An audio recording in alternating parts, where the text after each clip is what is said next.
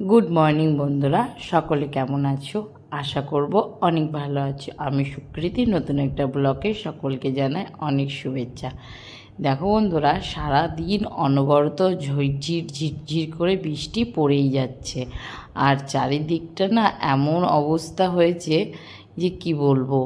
দেখো শুধুমাত্র মানে বৃষ্টিই পড়ছে, মনে হচ্ছে মেঘ ফুটো হয়ে গিয়েছে, সারাদিন বৃষ্টি পড়ছে। তারপর এই বৃষ্টির মধ্যে আমি ভাবছিলাম কি করব। সকালের জলখাবারে রেখেছিলাম চাউমিন, এগ চাউমিন, সত্যি দারুণ হয়েছিল, দেখতে যতটা সুন্দর খেতে ততটাই ভালো। তারপর কি তারপর আবার চলে এলাম খাওয়া দাওয়া করে রান্নাঘরে। আজকে কি রান্না করব বলো তো? দেখো বন্ধুরা, আজ কিন্তু খুব ভালো একটা রান্না করব। হ্যাঁ হ্যাঁ, ঠিকই বলেছ, আজকে চিকেন বিরিয়ানি বানাবো। বিরিয়ানি খেতে কে কে পছন্দ করো অবশ্যই কমেন্ট করো। আমার বর কিন্তু ভীষণ পছন্দ করে বিরিয়ানি খেতে। দেখো পেঁয়াজগুলো কিন্তু খুব ভালো করে ভাজা হয়ে গেছে, একটা বেরেস্তা মতো করে নিয়েছি। তারপর আলুগুলোকে সুন্দর করে ভাজতে দিয়ে দিয়েছি। ভাজতে ভাজতে এদিকে আমার চিকেন রেডি করা হয়ে গেছে। দুরকম চিকেন কেন রেখেছি সেটা বলি। একটা হবে বিরিয়ানি আর একটা করব চিকেন কষা। বিরিয়ানির জন্য একদম ম্যারিনেট করে রেখে তারপর দিয়ে দিয়েছি কড়াইয়ের মধ্যে। আর বিরিয়ানির চালে যেহেতু দেব, সেই জন্য কড়াইয়ে জলটা গরম করতে দিয়েছি। আর জলটা গরম হওয়ার পর কিন্তু 1 চামচ সাদা তেল, বিরিয়ানির মশলা আর বিরিয়ানির চালটা কিছুক্ষণ ভিজিয়ে রেখেছিলাম, সেটা ছেঁকে এবার কিন্তু হাঁড়ির মধ্যে দিয়ে দিয়েছি। আর হ্যাঁ, দিয়েছি সামান্য লবণ, কারণ এখন লবণটা দিয়ে দিলে বিরিয়ানির চালের মধ্যে মানে লবণটা ফুটে যাবে। দেখো আমার ভাতটা কিন্তু প্রায় এরকম। এদিকে ডিমগুলোকে ছাড়িয়ে নিয়েছি আর একদম বিরিয়ানি করার জন্য চিকেনটাও রেডি করে নিয়েছি। এবার চলো একে একে লেয়ারগুলো দিতে থাকি। আর কি বলো তো, জাফরান ভেজানো দুধটা কিন্তু ভুলো না, ওটা কিন্তু আগে লাগবে। কিছুক্ষণ একটা গুঁড়ো প্যাকেটের দুধে কিছু জাফরান দিয়ে ভিজিয়ে রাখবে, তাহলে কি বলো তো কালারটা খুব সুন্দর হবে। দেখো প্রথমে আমি কিছুটা পরিমাণ রাইস নিয়ে নিয়েছি, তারপর আমি দেব বেরেস্তাগুলো, মানে এক কথায় পেঁয়াজ ভাজা। এখন যতটা পেরেছি নিজের মতো সুন্দর করে করার চেষ্টা করেছি, খেতেও কিন্তু খুব ভালো হয়েছিল। তারপর ডিমগুলো একে একে সাজিয়ে নিলাম, আর তারপর আলু চিকেন পরপর সাজাতে সাজাতে সুন্দরভাবে কিন্তু সাজানো হয়ে গেছে। আর হ্যাঁ, লেগ পিসগুলো রাখবে, দেখবে খেতে খুব ভালো লাগবে। আমি কিন্তু সুন্দর করে করেছিলাম, বেশ ভালোই হয়েছিল। তোমরা বাড়িতে কে কে বিরিয়ানি করে খাও অবশ্যই কমেন্ট করো। আমি এর আগে আর একবার করেছিলাম, কিন্তু এটা আমার সেকেন্ড টাইম। তো খুব ভালোই লাগছিল খেতে।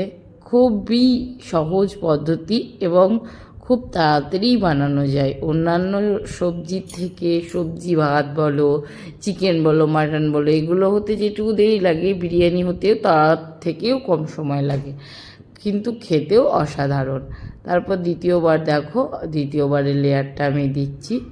এখানে কিন্তু আমি কেওড়া জল, গোলাপ জল এগুলো ব্যবহার করেছি, ভিনিগার খুব সামান্য দিয়েছি, বেশি দিইনি, কেননা আমার বাচ্চাকেও আমি প্রথম খাওয়াবো।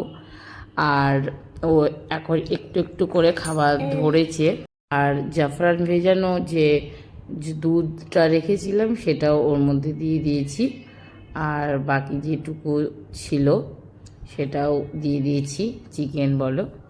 দেখো আমার কিন্তু এই রকমভাবে সাজিয়ে নেওয়া হয়েছে। এবার আমি দমে বসাবো, মানে আমার যে ঢাকনাটা ছিল সেটা কিন্তু ঠিকভাবেই এঁটে যায়, শুধু কিছুটা জায়গা ফাঁক থেকে যাচ্ছিল, মানে মানে এবার পুরোটা দরকার ছিল না, কিছু যেখানে যেখানে দেখা যাচ্ছিল যে এই জায়গাটা ফাঁক থেকে যাচ্ছে সেই জায়গাটা আমি দেখো আটা দিয়ে মেরে দিয়েছি, মুখটা যাতে বিরিয়ানির গন্ধটা একদম বিরিয়ানির মধ্যেই থাকে।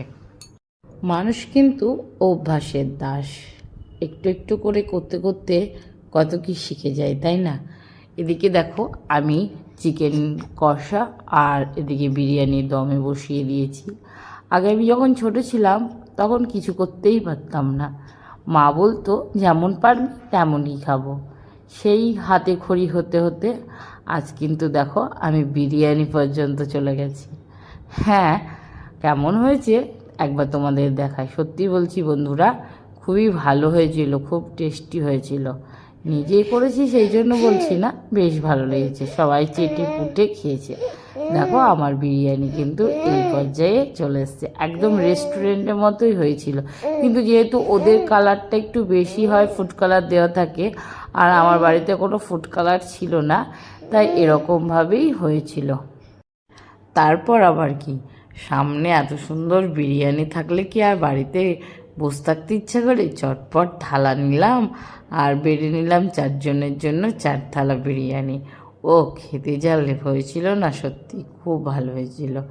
তারপর আবার কি, দেখো সুন্দরভাবে আমি কিন্তু বিরিয়ানির লেগ পিসগুলো দিয়ে দিয়েছি। লেগ পিস দিয়ে বিরিয়ানি খেতে খুব ভালো লাগছিলো। দেখো একদম পুরো রেস্টুরেন্টের মতোই হয়েছিল দেখতে।